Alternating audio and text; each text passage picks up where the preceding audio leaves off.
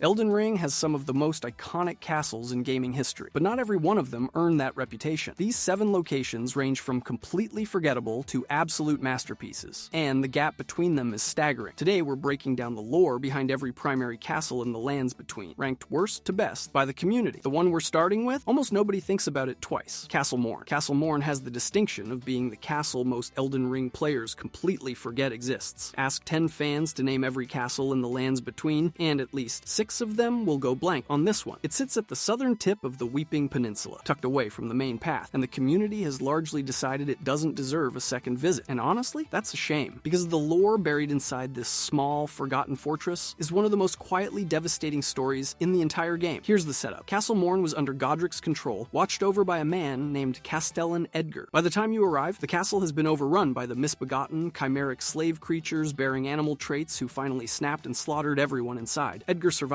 but he refuses to leave his post. His duty requires him to protect the Grafted Blade Greatsword, a colossal weapon forged from the blades of an entire vanquished army, reforged by the last surviving warrior as an act of vengeance against his conquerors. Here's where it gets tragic. Outside the castle gates, Edgar's blind daughter Irina is waiting. She presses a letter into your hands, begging you to deliver it to her father. When you finally reach Edgar and hand it over, he reads it. He doesn't move. He won't abandon his post, not even for her. But here's the kicker. It doesn't matter. By the time Edgar finally returns to Irina, she is already dead, murdered by the misbegotten, regardless of anything the player does. Edgar finds her body, loses his mind entirely, and becomes Edgar the Revenger, a grief-maddened invader who later attacks you at the Revenger's Shack. The sword monument outside the castle tells you everything you need to know. It commemorates an ancient warrior who followed the exact same path centuries before Edgar ever did. Same cycle, same outcome. 0 lessons learned. Castle Morn is small, linear, and easy to miss. But inside it, From Software quietly wrote an entire Shakespeare play that most players never stopped long enough to read. Castle Sol is next, and, unlike Morn, players remember it perfectly. They just wish they didn't. Castle Sol. Castle Sol is the most hated castle in Elden Ring. Not the most forgettable, not the most disappointing, the most actively, passionately despised. Community tier lists consistently drop it to the bottom. Reddit threads about its boss fight regularly reach thousands of upvotes, and almost none of them are positive. One post showing players cheesing Commander Nile by shooting him through a gap in the outer wall from outside the entire arena got over 3,500 upvotes. That's not a fanbase that dislikes a location. That's a fanbase that declared war on it. And the worst part? The lore underneath all that frustration is genuinely fascinating. Castle Sol sits at the northern edge of the mountaintops of the Giants, one of the most desolate regions in the entire game. It was built around the worship of a frigid eclipse, a phenomenon where the lusterless sun, drained of all color and warmth, was believed to repel destined death itself and grant life to the soulless. The knights here devoted everything to this event. A ghost at the top of the fortress still chants the old prayer. "O great sun, frigid son of Sol, surrender yourself to the eclipse. Grant life to the soulless bones." Here's the thing. That prayer was not random devotion. After the Knight of Black Knives killed Godwin's soul while leaving his body alive and rotting, Castle Sol's inhabitants prayed for another eclipse that could call a spirit back into that soulless corpse. Miquella the Kind himself visited the castle, asked its master to hold faith in that impossible hope, and left behind half of a secret medallion as a promised reward. Access to the Haligtree, the most sacred location Miquella ever built, but the eclipse never came. The master lost hope and died. Commander Nile, his most loyal general, was left with nothing except a duty he could not abandon and nowhere else to go. His armor description reads, "A lone survivor who commanded spirits to defend his long-past master." This aging general could not die, nor did he have anywhere to fade away. That's genuinely beautiful and heartbreaking. An old soldier guarding a dead man's promise for an eclipse that will never arrive. But then you fight him, and he opens the encounter by immediately summoning 2 fully powered banished knights who take turns disrespecting your entire character build while Nile watches from across the room. Players have created entire guides dedicated to avoiding the fight entirely. The bewitching branch trick, turning his own knights against him, became community canon within weeks of launch. Castle Sol deserved better. Its lore deserved better. The teleporting banished knights absolutely did not. From the frozen north to living magma, Volcano Manor is next, and it's the complete opposite of everything Castle Sol failed to deliver. Volcano Manor. Volcano Manor is the only castle in Elden Ring where the entire point is that you are not supposed to feel like a hero. Every other location sends you in to kill the evil thing and claim your prize. Volcano Manor recruits you, seats you at a dinner table, and asks you to become the evil thing. And the disturbing part is how easy it is to say yes. The manor sits atop Mount Gelmir, run by Lady Tanith and serving as the base of operations for the Recusants, tarnished assassins hunting down other tarnished on behalf of Rykard, Lord of Blasphemy. Join up, accept the contracts, kill your assigned targets, and earn increasingly powerful rewards. Monsters. Simple enough. The questline is one of the most unique pieces of content in the entire game, with a rotating cast of memorable NPCs, each with their own reasons for being there. Knight Bernal, a former champion who lost everything. Dialos, a naive nobleman being manipulated by everyone around him. Raya, a scout with a secret that unravels into something genuinely harrowing. But the center of everything is Rykard himself, and his story is one of the most fascinating arcs in the game. Rykard was born to Radagon and Renala, alongside siblings Rani and Radan. He started as a Golden Order justiciar, essentially a religious enforcer who hunted heretics. He built the torture chambers still present in the manor's lower dungeons during this period. But over time, he grew disillusioned with the Erd Tree's authority, aided Ranni in orchestrating the Night of Black Knives, and eventually made a decision that defines everything about Volcano Manor's atmosphere. He fed himself to an ancient god-devouring serpent, not by accident, not by defeat. He walked into that creature deliberately, merging with it, seeking immortality through endless consumption. His goal, as he announces during the boss fight, is to devour the gods themselves. His heroic aspirations, as the game puts it, degenerated into mere greed. Here's where it gets complicated. Tanith stayed. When every other follower fled in horror, Tanith remained by his side. She refused the tonic of forgetfulness he offered to spare her the knowledge of what he had become. After you defeat Rykard, you find her in the boss arena eating his remains. She tells you she wishes to become his servant. That single detail reframes the entire manor. This is not just a villain's lair. It is a love story about two people who chose each other in the most monstrous possible circumstances, and it is completely committed to that bit. Rykard's voice line at Phase 2 has been memed into immortality. Join us! But underneath the memes is a genuinely tragic figure who let his anger at the Erd Tree consume him. Literally. Caria Manor comes next, smaller than Volcano Manor, quieter than Redmane, and yet somehow the most unsettling courtyard in the entire game. Caria Manor. Caria Manor does one specific thing better than any other castle in Elden Ring. It makes you feel like you are not supposed to be there. Not in the way that every Soulsborne dungeon makes you feel outmatched. In the way that you have wandered into someone's home and something inside the walls is aware of you. The manor sits in northwest Liurnia, the ancestral estate of the Carian royal family, and from the moment you enter the outer courtyard, you understand that this place has been defended for a very long time. The gardens are dark and silent, then the ground erupts. Enormous severed hands, each one the size of a car, burst from the soil and skitter toward you on their fingers. The finger creepers are the single most viscerally upsetting enemy in the base game, and the community has never forgiven From Software for putting them in a courtyard you cannot reasonably avoid. But here's the thing about why they're there. Those hands are shaped like the two fingers, the divine messengers of the greater will. Their presence in Caria Manor, a place that explicitly rejected the Golden Order and allied with the moon over the Erd Tree, is not random. The Carians refused the greater will's authority. The fingers literally grew up through their garden in response. The manor's story is the final chapter of a collapsing dynasty. After Radagon abandoned Renala to become Marika's new consort, the Academy of Raya Lucaria staged a rebellion against Carian rule. The Knights of the Cuckoo launched a full assault, first destroying the forward defenses, then pushing toward the manor itself. The Carians fought back with an enchanted snare, a magical trap that captured the souls of invading Cuckoo Knights and redeployed them as puppet soldiers against their own comrades. That snare is still running. Every spectral Cuckoo Knight you fight inside is someone who died attacking this place and got conscripted into defending it for eternity. Royal Knight Loretta guards the inner sanctum as a spectral projection. Her real body is somewhere else entirely, protecting the Haligtree, but her oathbound spirit remains at the manor. She left to find a haven for the Albinorics, artificially created beings treated as less than human, and determined Mikella's sanctuary was their best hope. She gave everything for that cause. Her ghost is still here, because loyalty at this level doesn't have an off switch. That's the emotional core of Caria Manor. Every defender still standing is standing because they could not bring themselves to stop. The enchanted snare still running, Loretta's spirit still guarded, Pedia still maintaining the puppets from his hidden room below. A dynasty that ended long ago and never got the message. The manor exists primarily as the gateway to Ranni's questline, and the community respects it for that alone. But the atmosphere it creates in the process is unlike anything else in the game. Redmane Castle is next, and it tells the saddest story on this entire list. Redmane Castle. Redmane Castle has a problem that has nothing to do with its lore. The problem is that the game accidentally hides it from you. Thousands of players arrived at the castle gates, found 0 enemies, found a crowd of NPCs standing around a plaza, got teleported to a massive open battlefield, died, and never once stopped to ask what any of this used to mean before the festival started. The dungeon was empty. The story got swallowed by the spectacle of Radahn, and that spectacle is genuinely one of the greatest sequences in the entire game, but Redmane Castle deserved better than to become a staging area. The castle sits at the southern tip of Caelid on a cliffside island, headquarters of the Redmanes, General Radahn's fiercely loyal army. Their emblem shows a red-maned lion with with Radahn's own face inside it. These were not soldiers following orders. They were true believers. The first Redmane Knight, Oga, studied gravity manipulation alongside Radahn personally. Every soldier in this army chose to remain in the most poisoned, decayed region in the lands between purely out of devotion to a man who was no longer capable of recognizing them. Because here is what happened to Radahn. He was the son of Radagon and Rennala, a demigod so massive his beloved horse Leonard would have collapsed under his weight. So Radahn traveled to Celia, town of sorcery, and studied gravity magic under an alabaster lord, mastering the ability to reduce his own weight to almost nothing. Not for combat advantage, because he refused to ride a different horse. He earned the title Starscourge by literally halting the movement of the stars, freezing fate itself in place. Then Millennia came to Kyled. The battle ended in catastrophe when she unleashed the Scarlet Aeonia bloom, devastating the entire region. Radahn survived at the blast's center but was consumed by scarlet rot, reduced to a mindless feral creature wandering the battlefield, devouring the corpses of both armies. Leonard never left. That detail has no gameplay function. The horse who Radahn refused to abandon stayed beside the rotting husk of the man who had protected him for decades, seemingly uninfected, waiting. Castellan Jaren organized the Radahn Festival with a single purpose: give the greatest warrior of the age the honorable death he deserved before the madness took everything that remained. Every champion invited knew they might die. They came anyway. Nobody succeeded until the Tarnished showed up. During Phase 2, when Radahn crashes back to Earth as a flaming meteor, watch what happens to Leonard. Radahn pushes him underground before impact. Even rotted, even mindless, even burning, the instinct to protect that horse survived everything. The community loves Radahn unconditionally and remembers Redmane Castle as the place you pass through to reach him. That's honestly fair. But the fortress itself, the story of an army that stayed loyal to a man who could no longer remember their names, is one of the most affecting pieces of world building From Software has ever quietly tucked into a corner. Raya Lucaria is next, and it is the most debated castle on this list. Raya Lucaria. Raya Lucaria Academy is the most argued about castle in Elden Ring, and the argument always goes the same way. Someone calls it beautiful, atmospheric, and home to one of the most emotionally devastating bosses in the game. Someone else calls it a linear rooftop walk with a disappointing final encounter. Both of them are completely right, and neither one is willing to admit it. The Academy sits on a plateau in the middle of Liurnia's Great Lake, an ancient institution for glintstone sorcery built by astrologers who considered themselves neighbors to the stars. Two founding sorcerers split the school's ideology from the beginning. Azur believed magic drew power from comet tails. Lusat believed it came from the stars themselves. That philosophical divide spawned multiple rival conspectuses and centuries of academic conflict. The entire institution was built on a disagreement that was never resolved. Before Rennala arrived, the Academy was already extraordinary. After she arrived, it became something else entirely. She studied there as a member of the Carian royal family, encountered a full moon that transformed her, mastered lunar magic, and bewitched the entire institution. She led fewer than 20 glintstone knights, and still matched the Golden Order's champions in battle. She was, by every measure, the most powerful person in Liurnia. Then Radagon left. He had come as an enemy, repented, married her, and given her 3 children. Then Marika summoned him back to become her consort, and he walked out. He left behind a red wolf as a guardian, an amber egg containing the great rune of the unborn, and nothing else. When Renala's heart broke, the scholars staged a rebellion against Carian rule and locked her in the Grand Library. She sat there clutching the egg, attempting to rebirth juvenile scholars in a grim, imperfect process that created frail, short-lived, memoryless children, possibly trying to recreate Ranni, possibly just trying to fill the absence. The boss fight reflects all of it. Phase 1 finds Rennala floating in a protective bubble while scholars sing a lullaby to keep her sealed. Phase 2 is not actually Rennala at all. It is a protection spell placed by Ranni on the amber egg, projecting an image of her mother at the height of her power. Ranni's disembodied voice tells you exactly what is happening. Upon my name as Ranni the Witch, mother's rich slumber shall not be disturbed by thee. The real Rennala never fights you. You fight the memory of who she was before grief destroyed her. The community respects that enormously. The community also correctly notes that the dungeon leading to that fight is the most linear and empty of any castle on this list. The rooftop traversal is gorgeous. The interior classrooms and libraries you might expect to explore simply do not exist. For a school of sorcery built on centuries of academic obsession, there's very little to actually find. Rennala is a genuinely great boss carrying a dungeon that never quite lived up to what it was promising. Stormvale Castle is last, and it earned every single word. Stormvale Castle. Stormvale Castle is the best designed dungeon in Elden Ring. That is not a particularly controversial opinion. GameSpot called it one of the best video game levels of 2022. The AV Club called it one of the best monster-filled castles ever designed. It has its own Wikipedia article, which is an honor reserved for almost 0 individual video game locations. The community puts it at the top of nearly every ranking without much debate, and the reason every single one of those takes is correct comes down to one thing. Stormvale is the only castle on this list that earns its lore through its architecture. You can read the entire history of the lands between just by walking through the building. The castle was originally built by the Stormlord, a sovereign who ruled Limgrave alongside legendary warrior birds called Stormhawks. Then Godfrey, the first Elden Lord, conquered it. The Golden Order repurposed it as a penal colony for exiled soldiers and banished knights, who tried to continue storm traditions they only half understood, grafting weapons onto Stormhawks in crude imitations that killed most of the birds. Then Godric inherited it and turned it into a charnel house. 3 complete civilizations layered on top of each other, each one a worse imitation of the thing before it. The castle's physical layout shows you every single layer if you know where to look. Godric himself is one of the most thematically rich bosses in the game precisely because he is pathetic in the most deliberate, intentional way. He is a distant descendant of Godfrey and Marika with heavily diluted divine blood. During the wars, Malenia defeated him so thoroughly that he knelt and begged for mercy, then hid among fleeing women to escape Leyndell. He retreated to Stormvale and spent his tenure there cutting off the limbs of soldiers, prisoners, and Tarnished to graft them onto himself, compensating for weakness through stolen strength. His boss fight makes this literal. At half health, he saws off his own arm and attaches a dead dragon's head to the stump. But here's where it gets deeper. Beneath the castle, in the roots below the foundations, lies the corpse of Godwyn the Golden, the Prince of Death, the first demigod ever killed during the Night of Black Knives. His soul was destroyed, but his body survived, and it spread through the Erd Tree's root network, manifesting as a massive eldritch face decomposing under Stormvale's floors. The castle is not just built on bad history. It is being physically consumed from below by the consequences of that history. Gatekeeper Gostok follows you through the entire castle through hidden passages, steals 30% of your runes every time you die inside, locks you in a room with a banished knight, and then, after Godric falls, stands over the decapitated corpse and stomps on the head repeatedly. He is the funniest and most despicable NPC in the game, and every single one of his actions was completely earned. Nephili Lu eventually takes the throne. The storm comes back. Something that was broken for a very long time gets, in the quietest possible way, restored. Stormvale Castle tells you everything Elden Ring is about before you understand enough to know it. That is why nobody argues about where it ranks. If you enjoyed this video and want to see more, click the video on the screen now.